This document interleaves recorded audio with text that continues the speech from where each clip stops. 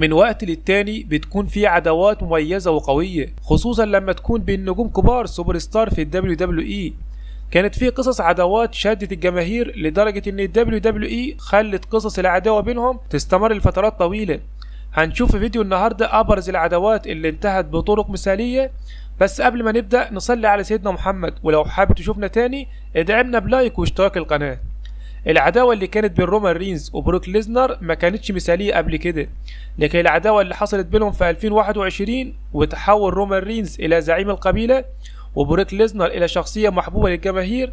لا، واللي زود الاكشن اكتر هو دخول بول هيمن في الموضوع، خلت الفصول الاخيرة بين العداوة بين الاتنين ممتعة ومليئة بالاثارة، لان الاتنين بجد لعبوا مباراة من افضل المباريات في سمر سلام 2022. لا، واللي خلى الاحداث احلى ان بروك ليزنر دخل الحلبة بجرار، ودي كانت من ابرز الاحداث في الليلة دي عشان تنتهي العداوة بين الاتنين بفوز رومان رينز. بجد مباراة 10 على 10. المباراة اللي كانت بين جون سينا وايجي ستايلز في رويال رامبل 2017، مع ان الظهور الاول لايجي ستايلز في WWE كان في 2016 ورغم هزيمته من جون سينا الا انها واحدة من افضل مباريات 2017. اما العداوة اللي كانت حاصلة بين بروك ليزنر وجولدبرج في راس المنيا 33، بجد المباراة دي من المباريات التاريخية، وحشين قدام بعض مع الاحداث المتنوعة وقت العداوة اللي حصلت بينهم، مع ان المباراة ما زادتش عن ال5 دقايق الا انها كانت فوضوية وقاسية في نفس الوقت، والسيناريو اتكتب بطريقة عظمة وانتهت بطريقة الجمهور اشاد بيها.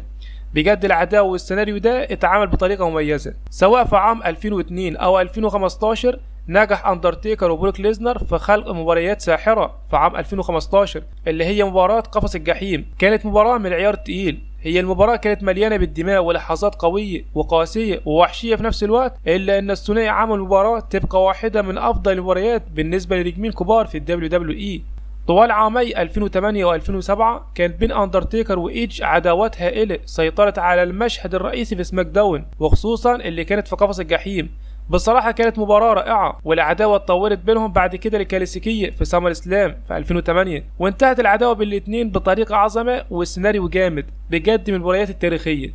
أما مباريات ذا روك وستيف أوستن في راس المنيا 19 كانت من أفضل المباريات على الإطلاق بعد سنوات وسنوات من القتال، وكانت إحدى أعظم العداوات اللي خاضها ستيف أوستن وذا روك. كان عرض أفضل من رائع، ومباراتهم الثالثة في راس المنيا تمكن ذا روك من الفوز على ستيف أوستن. أما الاثنين اللي فاتوا كان ستيف أوستن هو اللي حقق الفوز على ذا روك في راس المنيا. بصراحة مباراة تستحق المشاهدة.